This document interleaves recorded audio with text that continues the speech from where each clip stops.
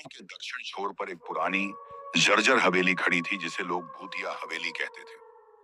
यह हवेली गांव के इतिहास का एक अभिन्न हिस्सा थी, लेकिन इसके साथ जुड़े किस्से और कहानियां इसे डरावनी पहचान देती थीं। कहते हैं कि उस हवेली में रात को अजीब अजीब आवाजें आती थीं।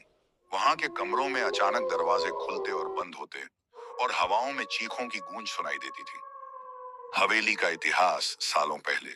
यह हवेली राजा हरिराम सिंह की संपत्ति थी। राजा हरिराम सिंह अपने राज्य के सबसे अमीर और शक्तिशाली राजा माने जाते थे। उनकी हवेली अपनी भव्यता और शानो शौकत के लिए मशहूर थी। लेकिन एक दिन अचानक राजा का पूरा परिवार गायब हो गया। न तो उनकी कोई खबर मिली और न ही उनके शव। लोग कहते थे कि उन्हें किसी ने श्राप दिया था। गांव वालों ने धीरे धीरे हवेली से दूरी बना ली। जो कोई भी हवेली के पास गया, उसने अजीब घटनाओं का अनुभव किया। वहां रहने वाले कई लोग बीमार हो गए या उनकी मौत हो गई। अब ये हवेली वीरान थी और कोई भी वहां जाने की हिम्मत नहीं करता था। अचानक एक चुनौती। एक दिन गांव में एक युवा पत्रकार आर्यन आया। वह साहसी और जिज्ञासु था। भूतिया हवेली की कहानियां सुनकर उसका रोमांच बढ़ गया। उसने ठान लिया कि वह इस रहस्य को सुलझाएगा और लोगों के सामने सच लाएगा। गांव वालों ने उसे मना किया। उन्होंने उसे हवेली में जाने से रोकने की पूरी कोशिश की, लेकिन आर्यन ने उनकी बातों को अंधविश्वास मानते हुए अनदेखा कर दिया। पहला कदम हवेली की ओर। आर्यन एक चांदनी रात को अपनी मशाल और कैमरे के साथ हवेली पहुंचा।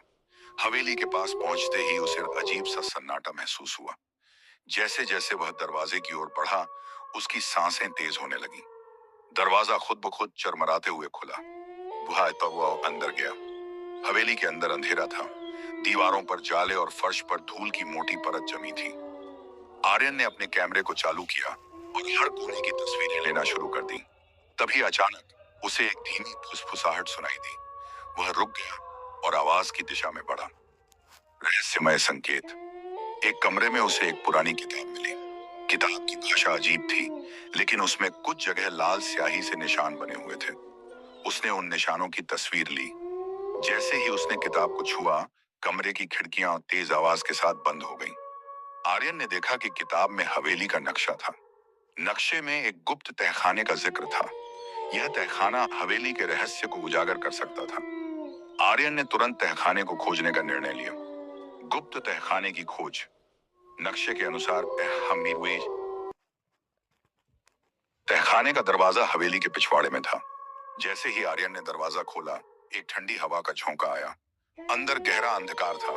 उसने अपनी मशाल जलाई और सीढ़ियों से नीचे उतरने लगा। तहखाने में एक विशाल कक्ष था।